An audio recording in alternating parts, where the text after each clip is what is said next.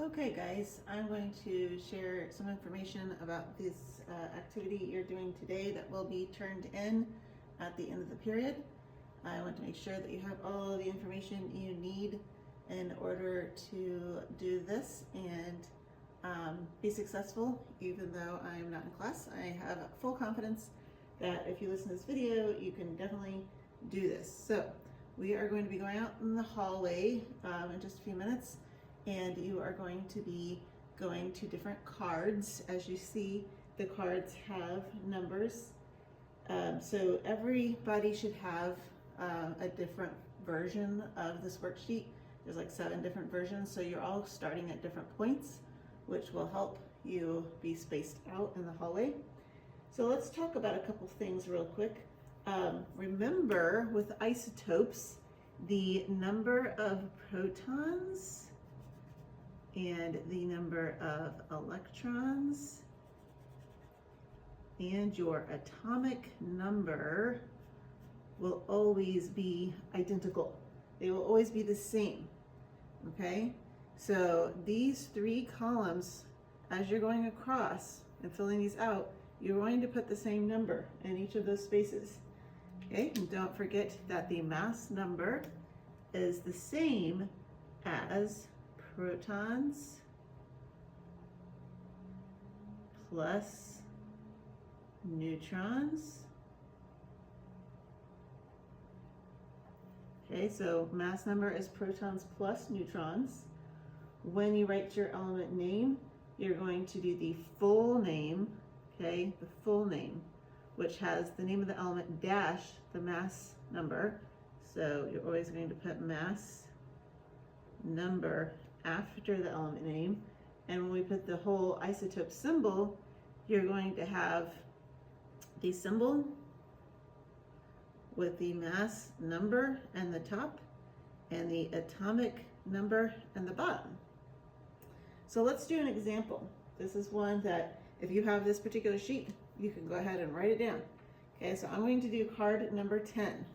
So you can see this is card number 10. When you go out in the hall, you're going to see pictures like this. Okay, this is an atom. We're going to figure out what element it is. First of all, remember, protons are positive. So we have how many protons here? 2 protons. So go back to your worksheet.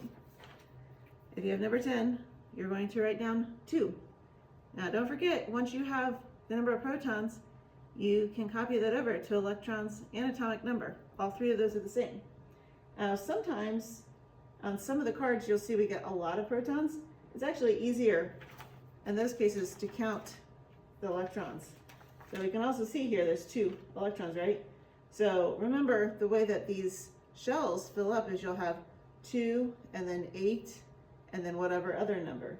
So if you have 3 shells and you have electrons in the 3rd shell, you know you have 10 because you have 2 plus 8 and then whatever else is in the outer shell. It will help save you some time, make it a little easier. Now count how many neutrons there are. Unfortunately, there's no easy trick for the neutrons. You just have to count the ones that don't have any charge, your neutral particles, and here there's 3. So go back over here, write down 3. Mass number. How are you going to get mass number? You're going to add these 2, okay? Protons plus neutrons, so you get 5. Protons plus neutrons. Protons plus neutrons. That's your mass number. All right, now we're ready for the last 2 steps. You can actually do these 2 columns back in the classroom. You don't have to stand out in the hall and fill these out. If you want to take your periodic table out in the hall with you and work on it right then and there, you can. But I think it might be a little easier for you to do this back here in the room at your table. So element name, we just have to look this up. We have the atomic number. Remember, do not use mass number. No, okay, use atomic number. Atomic number for the element with atomic number 2 is He. You can look on the side and see that's helium. So here, let's go ahead and write down the symbol is He. The name is helium. And don't forget to add your mass number, 5. And over here, finish off your symbol with 5 and atomic number 2. And that's all there is to it. You're going to do this for each of the cards on your worksheet. which is 15 of them.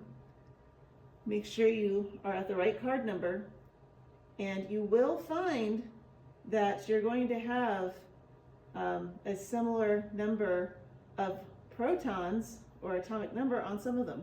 Like I might have helium-4 or helium-6. What's going to be different is your number of neutrons. You're going to have different isotopes. Isotopes are the same element with different numbers of neutrons, and that is expected. That's part of this. Okay, so make sure you turn this in at the end of the period. When you have time left, go to Power School and make sure you got all of your missing work or any work that has a lower grade that's an ed puzzle or a quizzes or your Bluekit. Anything that's on the computer you can easily get done and turned in. I will be updating grades late Friday night, and then that's it, okay, for this grading period. So make sure you get them turned in time for the grading period. Okay, thank you. Have a great day and be really well behaved for your sub.